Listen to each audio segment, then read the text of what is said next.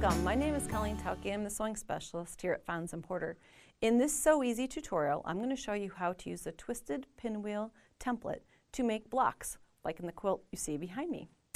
We have a new template, and the twisted pinwheel is just basically one piece. It helps you cut out the shapes for the blocks that you see, like this one on the sewing center. You have two curves, an outer corner, and you can cut through your fabrics really quick with a rotary cutter and create accurate template cut pieces for your quilt top.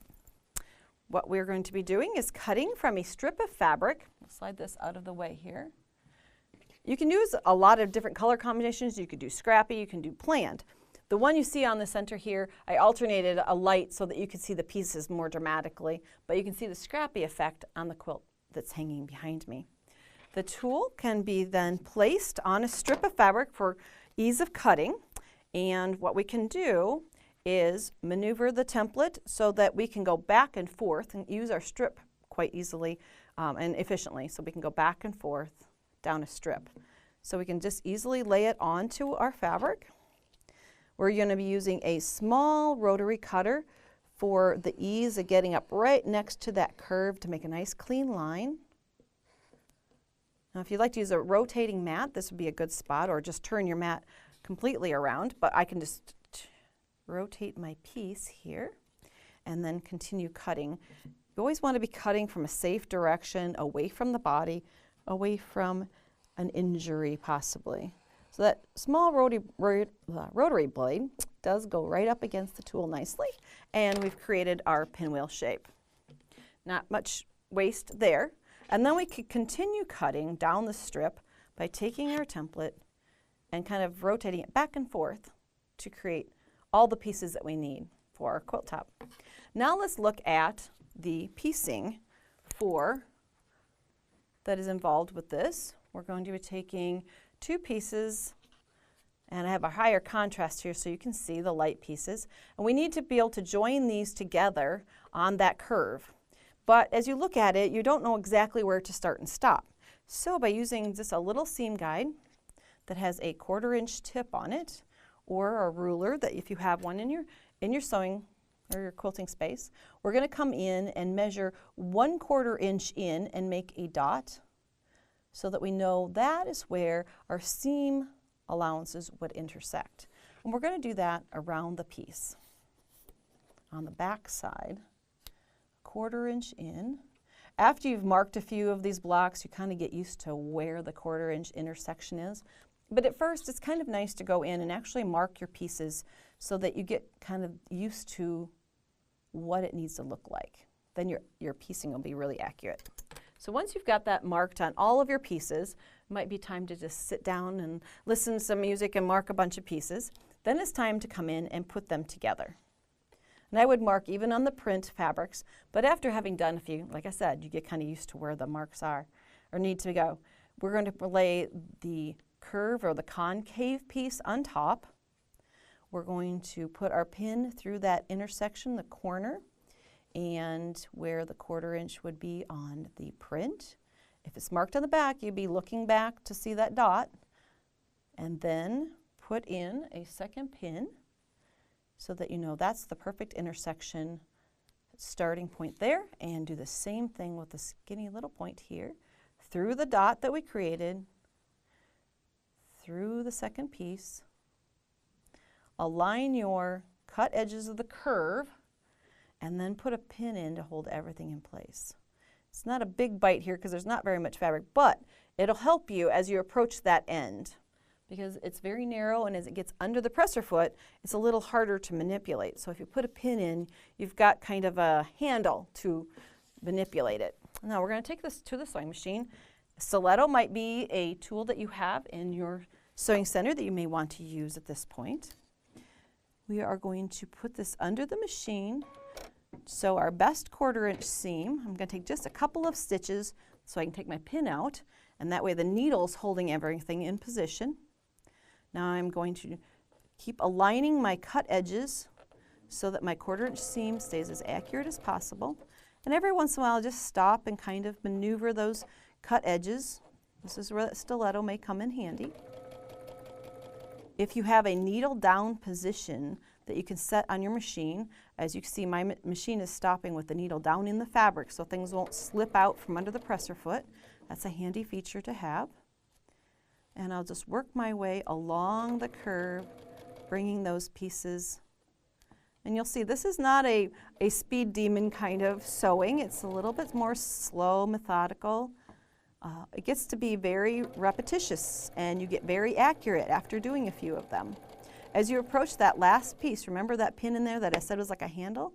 You get really close to the pin, stop, take the pin out, finish those last 3 or 4 stitches slowly off the end. When you speed up at the end, it tends to be when the fabric will slide out and away. So if you just go slow on those last 3 or 4 stitches, you'll have a nice 1/4 inch seam along joining those 2 pieces together. Now, as we are pressing our seam allowances toward that concave curve, I'm just going to use my finger here to come in and very gently, I'm not trying to stretch anything, I'm trying to hold it but yet press that outward.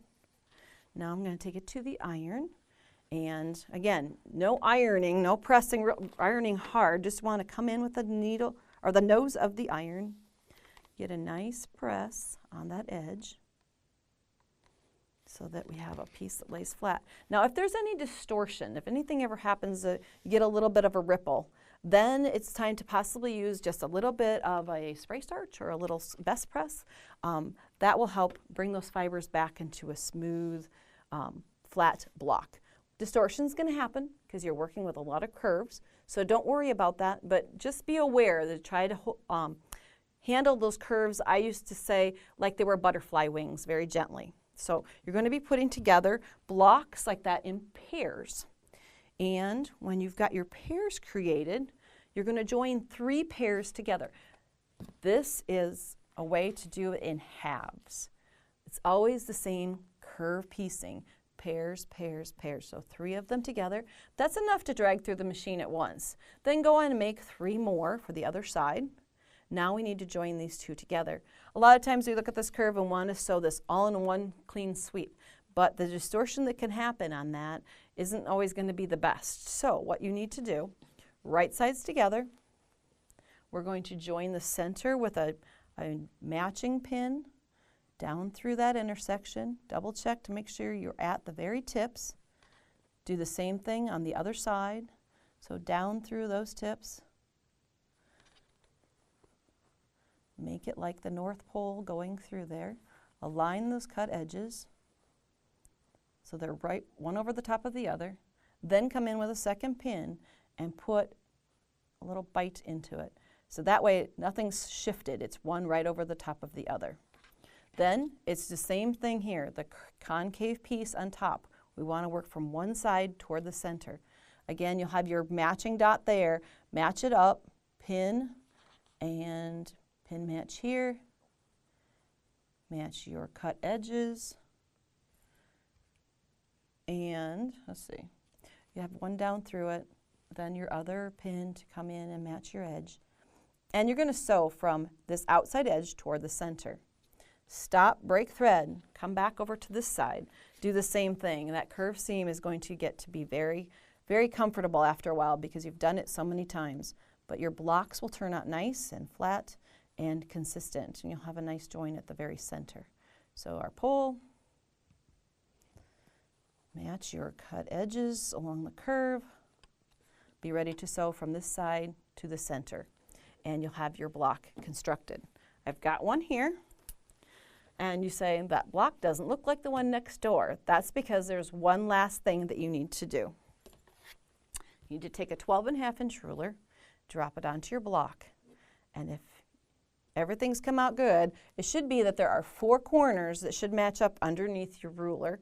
You're going to be taking away these 2 points on each side to create a square pinwheel, twisted pinwheel block.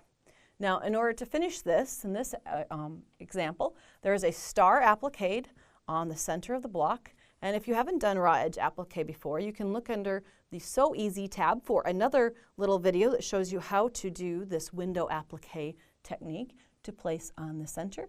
Heat it into place with your iron and finish with a decorative stitch on the edge.